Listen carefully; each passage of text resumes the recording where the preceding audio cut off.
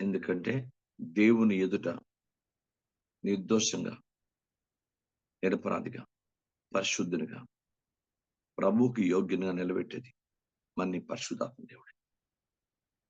సంఘం అందరూ కూడా పరిశుద్ధాత్మ శక్తిని కలిగి తీరాలి. దీంట్లో ఏమాత్రం మరి పరిస్థితి మామూలుగా ఉండదు. అంచేత దీంట్లో దేవుడు కాంప్రమైజ్ ఆత్మానుసారులుగా ఉండాలని మొన్న చెప్పిన 10 పాయింట్ తర్వాత ఇంకా కొన్ని విషయాలు ఉన్నాయి. అది మన జీవితంలోకి తప్పకుండా రావాలి. ఎందుకంటే మనం పరిశుద్ధాత్మ సంగతి, పరిశుద్ధాత్మ పర్సన్, వ్యక్తి.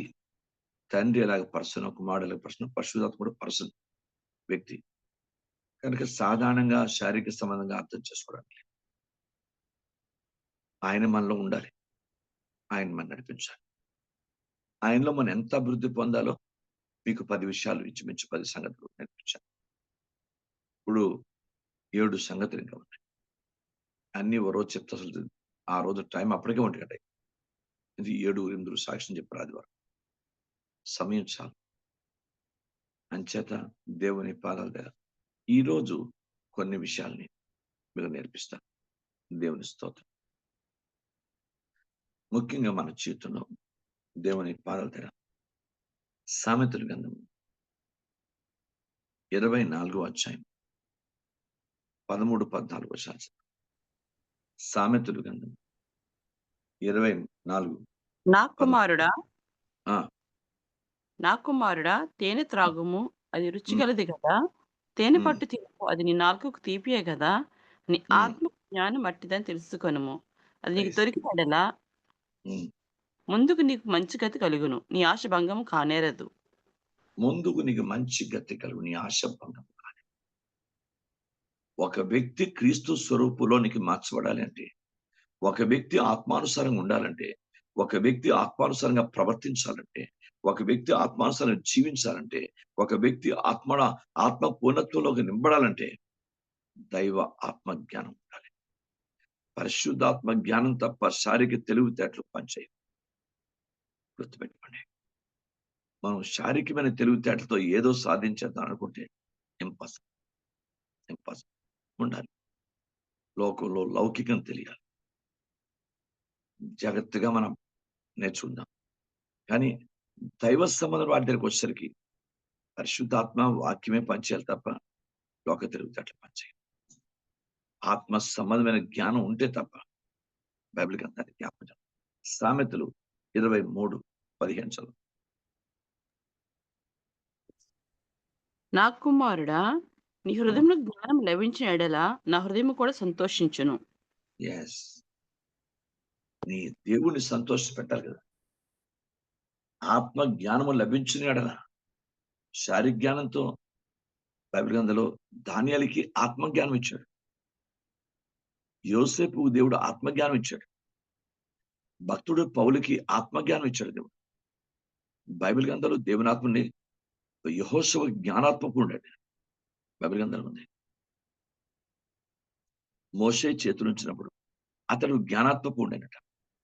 బెస్సలేలుకి దేవుడు టాలెంట్ అంటే చెక్కు అని ఏదైనా ఒక బంగారము, వెండి, ఇత్తడి, రేఖ పని, కర్ర పని ఇలా చేయడానికి దాన్ని చెక్కడం యొక్క జ్ఞానాన్ని ఇచ్చాడు. హీరాముకు మరో జ్ఞానం ఇచ్చాడు. ఇలా దేవుడు ఒక్కొక్కరికి ఒక జ్ఞానం ఇస్తూ ఆ దైవ జ్ఞానం చొప్పున వారిని వాడు. కనుక క్రైస్తవులకి శారీరక జ్ఞానంతోనే సరిపోకూడదు. ఆత్మ సంబంధమైన జ్ఞానం కావాలి. గుర్తుపెట్టుకోండి. శారీరక తెలివితేటలు ఉన్నాయి, నేను లోకాన్ని జయించేస్తాను. శారీరక తెలివితేటలు ఉన్నాయి, నేను మంచి ఉద్యోగం సంపాదించేస్తాను. శారీరక తెలివితేటలు ఉన్నాయి, ఈ లోకంలో ఏదో ఉన్నత స్థానంలోకి వెళ్ళిపోతాను అనుకుంటే చాలా మభ్యంగా ఉన్నాం. జాగ్రత్త గమనించండి. మబ్బులో ఉన్నాం. నీవు దేవుడు ఆత్మజ్ఞానం కావాలి. బైబిల్ చెప్తుంది కేవలం ఈ లోకంలో బతుకున్నాం కనుక, ఒక ఉద్యోగం చేసుకోవాలి కనుక, ఒక వ్యాపారం చేసుకోవాలి కనుక, కుటుంబాన్ని పోషించుకోవాలి కనుక, మన శారీరక బాధ్యతలు నిర్వర్తించడానికి కావలసిన శారీరక తెలివితేటలు, శారీరక క్వాలిఫికేషన్స్, శారీరక అర్హతలు, శారీరక పరిస్థితులు అవసరం. అంతవరకే. కానీ నువ్వు దేవుని దగ్గరికి వెళ్ళాలి, దేవుని రాజ్యంలో ప్రవేశించాలి, దేవునికి అనుకూలంగా ఉండాలి, దేవునికి మహిమ తెచ్చిన ఆయన స్వరూపంలో కట్టబడాలి, క్రీస్తు సారూప్యంలోనికి పరలోకానికి వెళ్ళాలి, క్రీస్తు సారూప్యంలోంచే క్రీస్తుతో నీకు వివాహం జరగాలి అనుకుంటే ఈ శారీరక జ్ఞానాలు పనిచేయి, ఈ లోక తెలివితేటలు పనిచేయి. జాగ్రత్తగా గమనించండి. ప్రతి ఒక్కరు కూడా మనసాలు ప్రభువుని ప్రతిరోజు ప్రార్థన చేస్తుంది ఏంటంటే, ప్రభా కొన్ని వాక్యాన్ని వ్యతిరేకమైన తెలివితేటలు నా నుండి తీసివేయండి, అది నీకు హాని కలిగిస్తాయి. దేవుని స్తోత్రం. జాగ్రత్తగా గమనిద్దాం. దేవుని పాదాల దగ్గర కొన్ని శారీరక తెలివితేటలు మనకి హాని కలిగిస్తాయి, అవి మనకు మేలు చేయవు. వాక్యానికి విరుద్ధమైనటువంటి తెలివితేటలు, వాక్య విధంగా ఆలోచించడం, వాక్యాన్ని వ్యతిరేకంగా ప్రవర్తించడం, వాక్యాన్ని వ్యతిరేకంగా కొన్ని పరిస్థితులు అవి మనకి హాని చేస్తే తప్ప మేలు చేయవు. జాగ్రత్తగా గమనిద్దాం దేవుని పాదాల దగ్గర. ఉదాహరణకి కూరల్లో నూనె వేస్తాం. నూనె వేస్తేనే రుచి వస్తుంది. రుచిగా ఉంటుంది కదా అని ఎక్కువ నూనె వాడితేనుకోండి, అది హార్ట్ ప్రాబ్లం అవుతుంది, ప్రాణాంతకం అవుతుంది. చూసారా? ప్రాణం ముఖ్యమా, రుచి ముఖ్యమా? రుచే కావాలనుకుంటే ప్రాణం పోగొట్టుకుంటాం. అలాగే శారీరక తెలివితేటలు కొంతవరకే, అది కూడా దైవ వాక్యాన్ని వ్యతిరేకం తెలివితే అది కూడా దేవుడు ఒప్పుకోడు. నీ తెలివితేటలు దేవునికి అనుకూలమే, మీ ప్రేమ తెలివితో ఉండాలన్నాడు. అంతేగాని పనికిమాలిన తెలివి కాదు. దాంట్లోని పనికిమాలిన ప్రేమ కాదు, స్వార్థపూరిత ప్రేమ కాదు, అవసరానికి, పరిస్థితులకి, సందర్భానికి ఉపయోగించుకున్న ప్రేమ కాదు. అది దేవుడు ఒప్పుకోడు. ఇవన్నీ యథార్థమైన విషయాలు అని ప్రాక్టికల్ గా మనం నేర్చుకోవాల్సిన సంగతి ఇవి. అందుకే దేవా నన్ను ఆత్మజ్ఞానంతో నింపండి. ఎందుకంటే జ్ఞానం గల స్త్రీ మాత్రమే తన ఇల్లు కట్టుకుంటుంది. జ్ఞానం గల వాడు తండ్రిని సంతోషపరుస్తాడని లేకుండా అయిపోయాడు. నువ్వు దైవ జ్ఞానం ఉంటేనే తండ్రిని సంతోషపరచగలవు, తండ్రిని మహింపరచగలవు, తండ్రిని గణపరచగలవు, తండ్రి చిత్తాన్ని జరిగించగలవు, తండ్రికి అనుకూలంగా ఉండగలవు, తండ్రి ఆశించిన క్రీస్తు స్వరూపులో కట్టబడగలవు. నీవు నీ ఇష్టం వచ్చినట్టు, నా ఇష్టం వచ్చినట్టు నేను అనుకుంటే అది మనం దేవునికి అనుకూలంగా ఉండలేం, ప్రతికూలం అయిపోతాం. జాగ్రత్తగా గమనించాలి.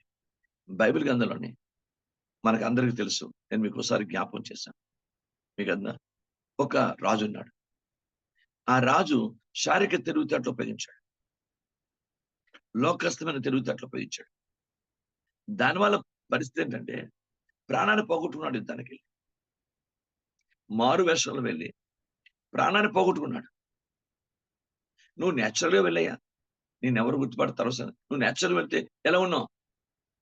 బైబిల్ గ్రంథం చెప్తుంది, లోక సంబంధంగా, శరీర సంబంధంగా ఆలోచించాడు, శారీరక తెలివితేటలు ఉపయోగించాడు, దైవికంగా ఆత్మజ్ఞానం ఉపయోగించి ఆత్మానుసారం ఉంటే బాగుండేది.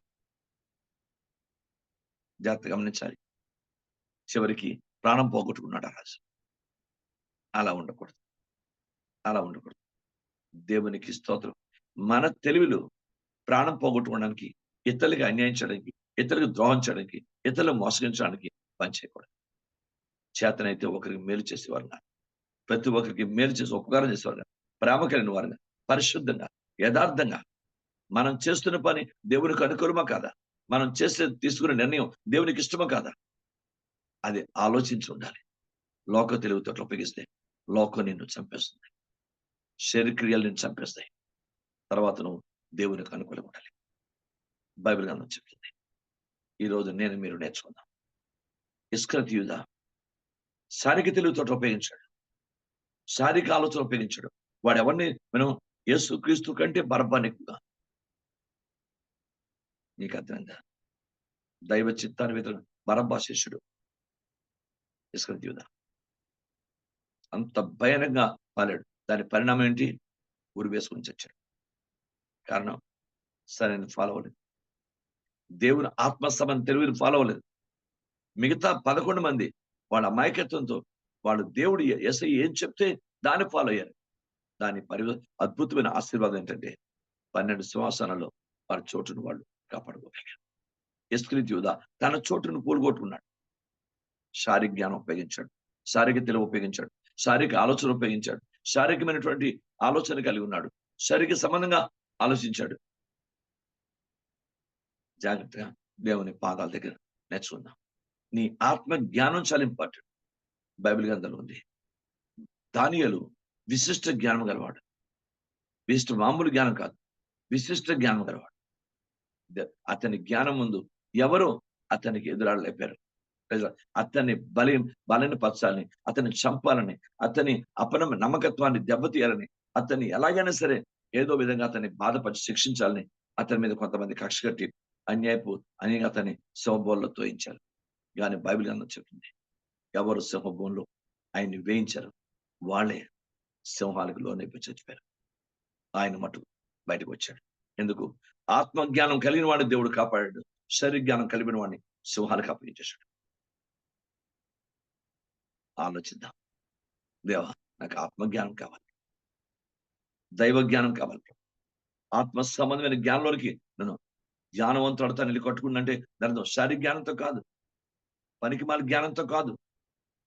వద్దు, ఇల్లు కూలిపోతుంది. జ్ఞానం, దైవ జ్ఞానం ఉపయోగించండి. స్త్రీలందరూ నేను చెప్తున్నాను, నా భార్య, నా చెల్లి, నా తల్లి అయినా సరే నేను యథార్థంగా డైరెక్ట్గా మాట్లాడు. దైవ జ్ఞానం ఉపయోగించండి. కుటుంబాన్ని కట్టుకోవడం అంటే శారీరక జ్ఞానం కాదు, శారీరక తెలివితేటలు కొంతవరకు అని చెప్పాను మీకు. కదా లౌక్యం తెలియాలి లోకంలో ఉన్నాక మంచిది, అది కూడా ఇతరులకు హాని చేసేది కాదు. దేవుని వాక్యాన్ని వ్యతిరేకం ఉండదు. మనం ఉపయోగిస్తున్న ఏదైనా దేవునికి అనుకూలం తప్ప దేవుని వాక్యం వ్యతిరేకత ఉపయోగించే పని కూడా దేవుడు అంగీకరించు. జాగ్రత్తగా గమనిద్దాం. బైబిల్ జ్ఞానం చెప్తుంది, జ్ఞానవంతురాలు తన ఇల్లును కట్టుకోడు. మరి ఆ జ్ఞానం ఏది? దైవ జ్ఞానం కావాలి, దైవ జ్ఞానం కావాలి. అందుకే ఆత్మ జ్ఞానం వెరీ ఇంపార్టెంట్. దేవునికి స్తోత్రం కలుగును కాక. బైబిల్ జ్ఞానం, యెఫ్తా కూతురు, ఒకే ఒక కూతురు రాజుకి. అయినా ఆయనను ఆమె చేసింది ఏంటంటే, తన తండ్రి విజయోత్సవంతో వస్తున్నాడు కదా అని తాను తండ్రి చేసుకున్న నిబంధన, దేవుడితో చేసుకున్న వడబడికి తెలియక అతను ఎదురు వెళ్ళింది. నాట్యం ఆడుకుంటూ వెళ్ళింది. అమ్మా, నువ్వు నన్ను ఎంత పరితాపానికి గురి చేశావు, నేను దేవునికి మాట ఇచ్చేశాను. అప్పుడు చెప్పింది, నాన్న, నువ్వు నా మాట ముఖ్యం కాదు, దేవుడికి నువ్వు ఇచ్చిన మాట నిలబెట్టు. ఎందుకంటే నిన్ను ఆశ్రయించేవాడు దేవుడు నాన్న. నేను నీ కూతుర్నే గాని నిన్ను ఆశ్రయించేంత శక్తి, జ్ఞానం, నాకు హక్కు నాకు లేదన్న. I'm just your daughter lord. నేను ఒక నీ కుమార్తెను తప్ప అంతగా ఏం లేదు నాన్న. నువ్వు దేవుని మాట నెరవేర్చు నాన్న. ఆత్మజ్ఞానం ఉపయోగించింది. నువ్వేం చేస్తావో నాకు తెలీదు, నువ్వు నాకు నా మాట నెరవేర్చాలి, నీ యొక్క ఆలోచనకి నీ మొక్కుబడికి నన్ను బలి చేస్తావా అని తండ్రి మీద ఎదురు తిరగలేదు. ఆత్మజ్ఞానానికి శరీర జ్ఞానానికి ఎంత తేడా ఉంచండి.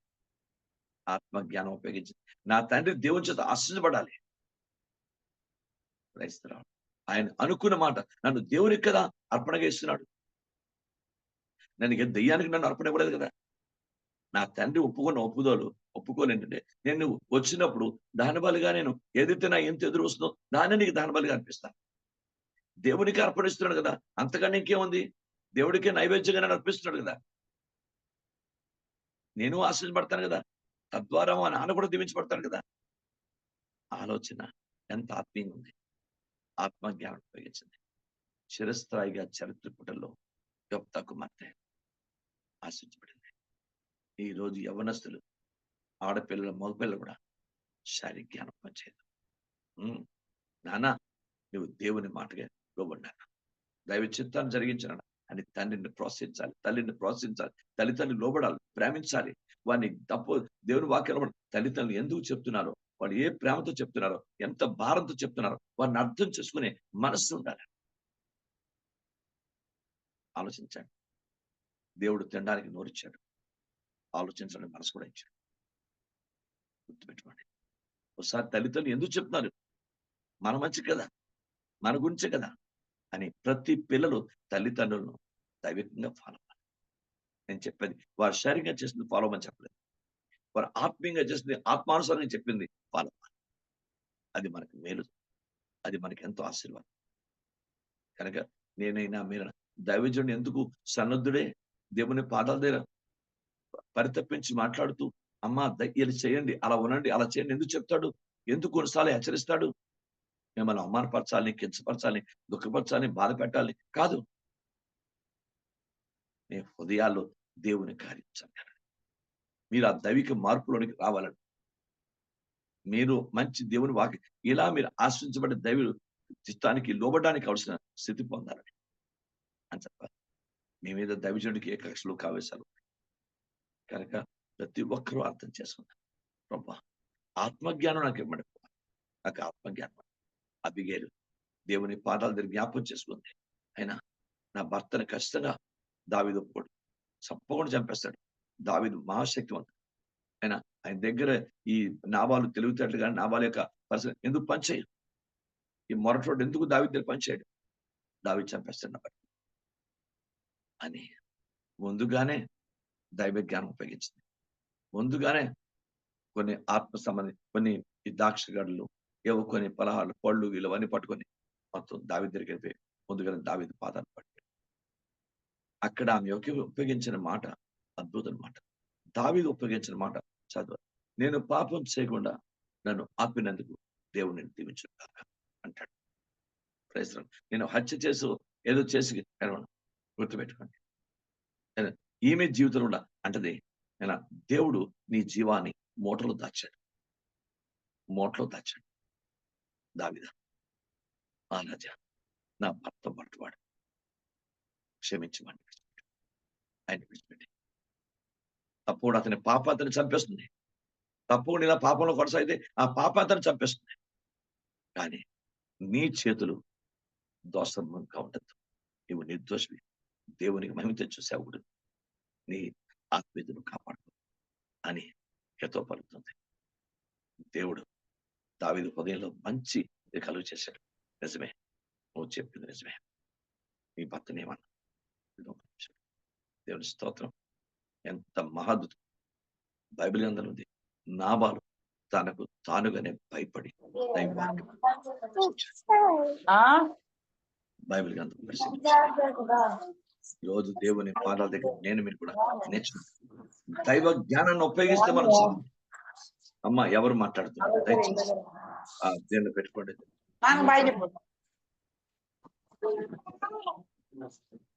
చెప్పండి, ఎవరు చెప్పండి మనిషి దయచేసి బైబిల్ గ్రంథం చెప్తుంది దేవుని పాదాల దగ్గర దేవి మ్యూట్ లో పెట్టామనేది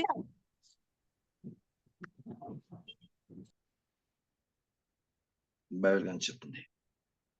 నేను మీరు కూడా నేర్చుకున్నా. ఆత్మ జ్ఞానం ఉపయోగించండి. భర్త దగ్గర కూడా శారీరక జ్ఞానం ఉపయోగించండి. భార్య దగ్గర కూడా శారీరక జ్ఞానం ఉపయోగించండి. పిల్లల దగ్గర కూడా శారీరక జ్ఞానం ఉపయోగించండి. ఇవాళ కాకపోతే రేపైనా మనం దొరికిపోతాం. దేవుని స్తోత్రం. ఓహో నువ్వు ఇలాంటి వ్యక్తివా, నీకే ట్రీట్మెంట్ ఇవ్వాలి ఆ ట్రీట్మెంట్ ఇవ్వాలనుకుంటాడు భర్త, నీకే ట్రీట్మెంట్ ఆ ట్రీట్మెంట్ ఇవ్వాలనుకుంటుంది భార్య. తల్లిదండ్రులు పిల్లల మీద ప్రేమకు బదులు వేరొక మనసు వచ్చేస్తుంది. పిల్లలు ఎలా ఉన్నారా? ఎంత దైవవాక్యం వ్యతిరేకం దుర్బుద్ధ వీళ్ళు అనిపిస్తుంది.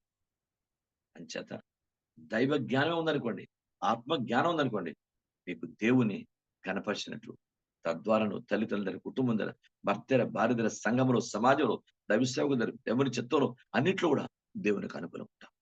అంచేత మొట్టమొదట ఆత్మజ్ఞానం ఇంపార్టెంట్.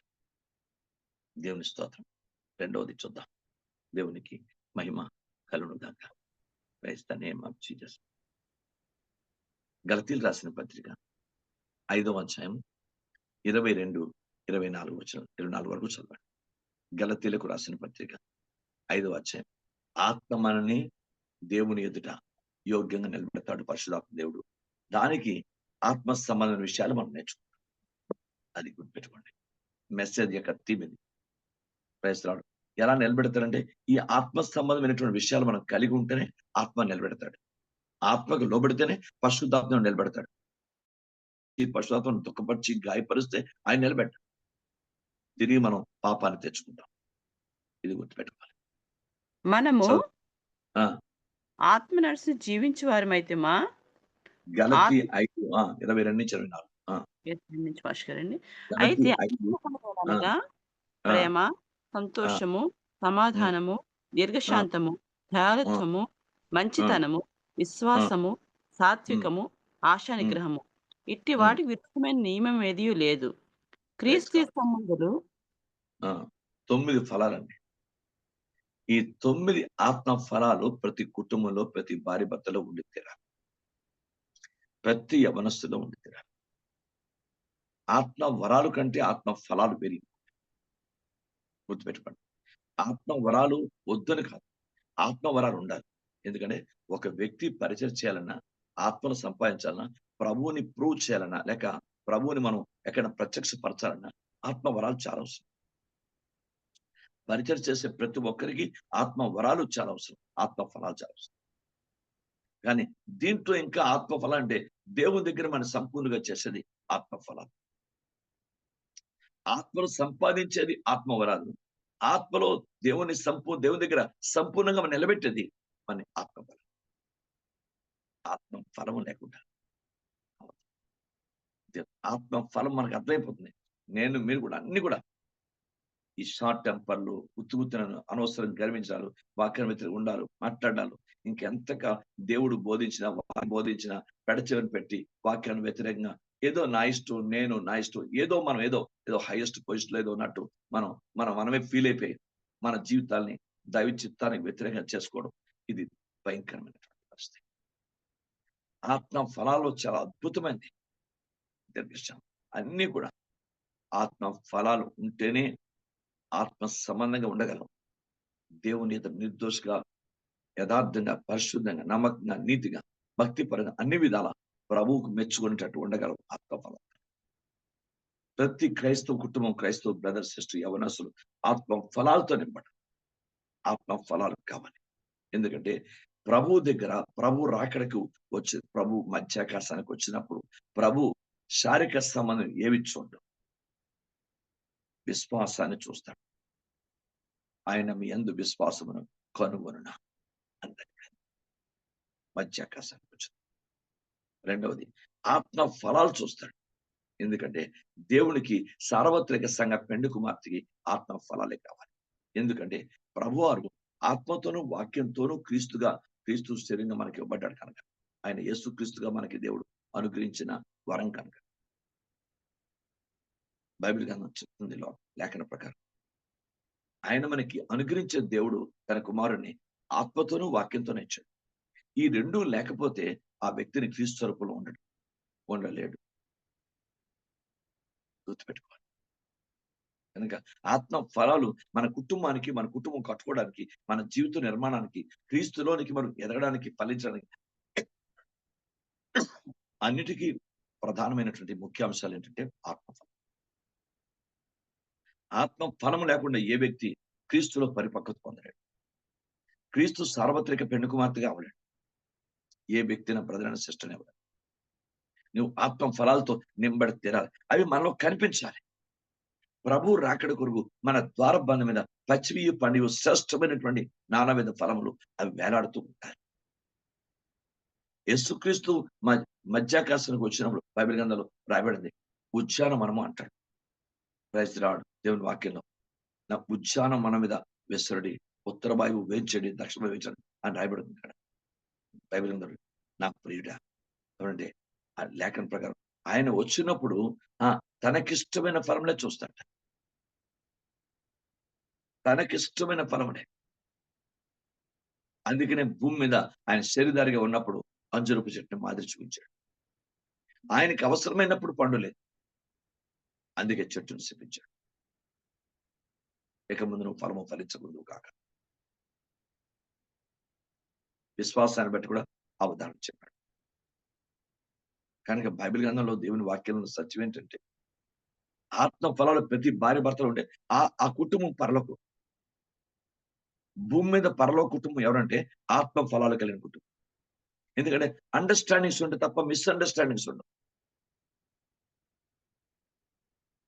భార్య భర్తలు ఎంతో అర్థం చేసుకుని, ఎప్పుడు పిల్లలు తల్లిదండ్రులను అర్థం చేసుకుని, కుటుంబం ఒకరుగా అర్థం చేసుకుని, పిల్లలకి ఏం చేయాలనేది తల్లిదండ్రులకి ఎలా ఉండాలి, ఎలా ప్రవర్తించాలి, అలా జీవించాలి పిల్లలు. ఇలా భార్య భర్తలు ఒకరికొకరు ఎలాగా దేవునికి అనుకూలంగా బతకాలని తల్లిదండ్రులు ఇలాగా నేర్చుకుంటే ఆత్మ ఫలాల్లోంచి ఫలాలు మనం ఫలిస్తే మన కుటుంబమే పరలోకం. భూమి మీద పరలోకం ఎక్కడుందని దేవుని రాజ్యం అని చెప్పాడు. మీ మధ్యలో దేవుని రాజ్యం ఉందని ప్రభువు చెప్పాడు. దేవుని రాజ్యం మీ మధ్యలో. మన ఆత్మ ఫలం లేకుండా చెట్టు వేస్తావు, ఫలాన్ని ఆశిస్తావు. ఏదో పిచ్చెట్టు వేస్తున్నాను, పెరిగితే పెరిగింది లేకపోతే లేదు అన్నట్టు ఎవరు కూడా వెయ్యరు కదా. ఒక ఫలాన్ని ఆశించే చెట్టు వేస్తాం. వ్యవసాయకుడు అంత కష్టపడి తొలకరి వర్షం గురించి, కడవరి వర్షం గురించి, అంత ఎండకి నీడకి అన్నిటికీ ప్రతి దానికి తట్టుకొని దేని గురించి అంత వ్యవసాయం చేయాలి? ఫలం గురించి. సేమ్ దేవుని ప్రజలు కూడా వ్యవసాయంతో పోల్చబడ్డారు. మనం కూడా ఒక ఫలాన్ని దేవుడు మన గురించి ఆశిస్తున్నాడు. తనకేంటి తన చేసుకునే దైవిక పెండు కుమార్తె ఆత్మ ఫలాలతో నిండి ఉండాలి. దేవునికి ఇష్టం. ఎందుకంటే తన ఆత్మపూర్ణుడు గనక. అలాగే తన ఆత్మపూర్ణతోనే కోరుకుంటాడు సాంగోనుడు. మన ఆత్మ ఫలాలు ప్రతి ఒక్కరూ నీ ప్రార్థనలో, ముఖ్యమైన ప్రార్థనలో, నీ ప్రార్థనలో నీ ముఖ్యాంశం ఏంటంటే నాకు ఆత్మ ఫలాలు దయచేయి. ప్రతి స్త్రీ, ప్రతి పురుషుడు, నేను, మీరు మనందరూ ప్రార్థించవలసిన ప్రార్థన ముఖ్య అవసరం అంటే నాకు ఆత్మ ఫలాలు దయచేయి. ఆత్మ ఫలం ఉంటే నీ దగ్గర ప్రేమ, సంతోషము, సమాధానం, దీర్ఘశాంతం, దయాళుత్వం, ఆశానిగ్రహం ఇవన్నీ ఉంటే, మంచితనం ఇవన్నీ ఉంటే ఇవే నీకు సంసారానికి బాగా పనిచేస్తాయి. నీ కుటుంబానికి బాగా పనిచేస్తాయి. బైబిల్ గవిని దగ్గర నీ భర్త గౌరవించబడతాడు, గవిని దగ్గర నీ భార్య గౌరవించబడుతుంది. అనేకులు నీ భార్యను పతివ్రత ధర్మం నిర్వర్తించి అంటారు. అనేకులు నీ భర్తని మంచివాడు, దయగలవాడు, మంచివాడని బోయిజు మాదిరిగా చెప్పుకుంటారు. అలాగే దేవుని వాక్యం భార్య భర్తలు ఆశపడతారు, వారి పిల్లలు కూడా దేవుడు ఉన్నతంగా దీవిస్తాడు. కారణం ఏంటంటే ఆత్మ ఫలాలు కలిగిన దంపతులు కనుక. ఎలిజబెత్ గురించి ఏం రాయబడింది? లూకా సువార్త మొదటి అధ్యాయంలో మన చదివితే వాళ్ళిద్దరి గురించి ఏం రాయబడింది చూడండి. కాలం నిండిన దంపతులైన వారిద్దరు ఏ రీతిలో ఉన్నారు చూడండి. ఇద్దరు మంచి ఆత్మీయులే, ఎలిజబెత్ జకరియా. లూకా సువార్త మొదటి అధ్యాయం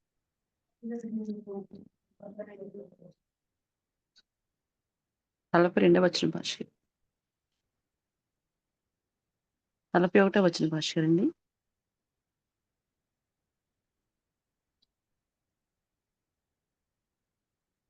ఆరో వచనం. వీరిద్దరు ప్రభు యొక్క సకలమైన ఆజ్ఞల చొప్పునను, న్యాయవిధుల చొప్పునను నిరపరాధులుగా నడుచుకొనుచు దేవుని దృష్టికి నీతిమంతులు ఇండురి. ఎందుకు దేవుని దృష్టికి నీతిమంతులు అన్నారు? వారి నడక. ఆ నడక ఎవరు నడిపించారు? పరిశుద్ధుడు. గలతీ 5వ అధ్యాయంలో 16వ వచనం ప్రకారం ఆత్మానుసారంగా నడుచుకోండి, అప్పుడు మీరు శరీర ఇష్టాన్ని, శరీర కోరికలు నెరవేర్చరు. నడిపించేది ఎవరు? హోలీ స్పిరిట్. దేవుని ఆత్మచేత ఎంతమంది నడిపించబడతారు? వారు దేవుని కుమారులు అనబడతారు. వారు దేవుని ఆత్మ నడిపించాలంటే అంత వృద్ధాప్యలో, కాలం నిండా వృద్ధాప్యలో ఉన్నవారు కూడా వారి జీవితంలో బైబిల్ గ్రంథం ఉంది. వీరు లేదు ఇద్దరు ప్రభు యొక్క సకలమైన ఆజ్ఞల చొప్పున, న్యాయాల చొప్పున నిరపరాధులు నడుచుకోవచ్చు దేవుని దృష్టికి నీతిమంతులై ఉంది. కిందనే ఉంది ఎలిజబెత్ ఒడ్డాలిన వారికి పిల్లలు లేకపోతే మరి వారిద్దరు బహుకాలము గడిచిన వృద్ధులు అయినా ఆత్మ సంబంధంగా నీతిమంతులే ఉన్నారు. జకరియా భయపడ నీ భార్యగా స్తోత్రం. వారిలో ఉన్న నీతి, వారిలో ఉన్న ఆత్మానుసరమైన స్థితిని చూసే దేవుడు వృద్ధాప్యలో ఉన్న ఆమె గర్భాన్ని తెరిచాడు. దేవునికి స్తోత్రం. బైబిల్ గ్రంథం చాలా గొప్పది. వారి లేఖన ప్రకారం గమనించాడు. నేను మీరు నేర్చుకున్నాను. వారు నీతిమంతులను కాదు, పరిశుద్ధాత్మ మెయిన్ కాదు. వారిని ఆత్మచేత నడిపించబడ్డారు కనుక వారు సకలమైన ఆజ్ఞలు చొప్పున ఎలా నడవగలరు? పరిశుద్ధాత్మ నడిపిస్తాను. ఆత్మ వారిని నడిపించాడు కనుక అంత అద్భుతంగా వాళ్ళు నిండు వృద్ధాప్యలో కూడా వారు నీతిమంతులుగా బతికారు. అదే వారికి ప్లస్ పాయింట్ అయింది. దేవుడు జకరియా తన వంతాను దైవ దృష్టికి యోగ్యమైన ధర్మం చేయడానికి మందిరాన్ని వెళ్ళినప్పుడు, తను ఆ ఆరాధన ధర్మం నిర్వర్తిస్తున్నప్పుడు దేవుడు దేవత ద్వారా మాట్లాడు. బైబిల్ చెప్తుంది నీతిమంతుని దేవుడు ఎప్పుడు ఎలా దర్శించి ఎలా అతన్ని ఆశ్రయిస్తాడో, అతని ఆశని ఎలా నెరవేరుస్తాడో.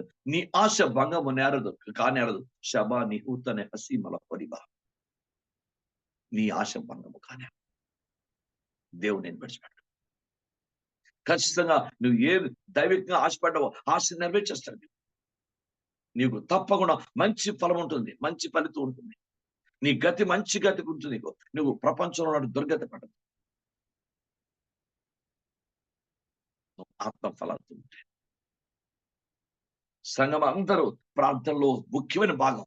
ఎంతసేపు నా కూతురుని కాపాడు, నా కొడుకుని కాపాడు, నా కుటుంబాన్ని కాపాడు, వీటికి వాటికి ఏవో శారీరక అవసరాలనే కాకుండా మనందరూ నాకు మీకు మనం కోరింది ప్రభు మన ఆత్మ ఫలాలతో నింపండి, నన్ను ఆత్మ ఫలాలతో నింపండి, నన్ను అభిషేకించండి. ఆత్మ ఫలాలు నా కుటుంబానికి ప్రధానం, ఆత్మ ఫలాన్ని రాజ్యానికి ప్రధానం, ఆత్మ ఫలాన్ని నేను సార్వత్రిక సంఘం మాడడానికి ప్రధానం. నేను క్రీస్తుగా పెండు కుమార్తె మాడడానికి కావడం ఆత్మ ఫలాన్ని. నన్ను ఆత్మ ఫలాలతో నింపండి అని ప్రతి వ్యక్తి భారంతో పట్టుదలతో ప్రార్థించ భద్రులు.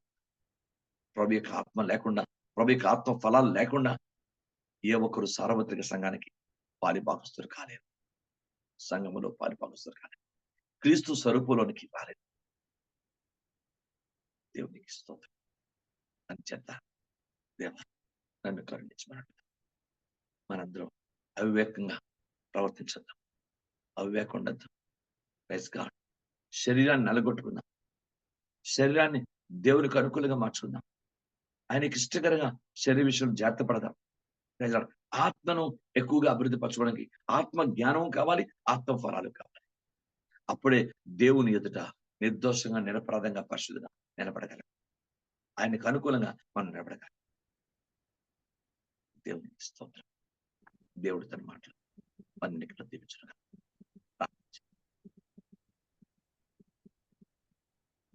మీలో ఆత్మ ప్రేరణతో, పరిశుద్ధాత్మ ప్రేరణతో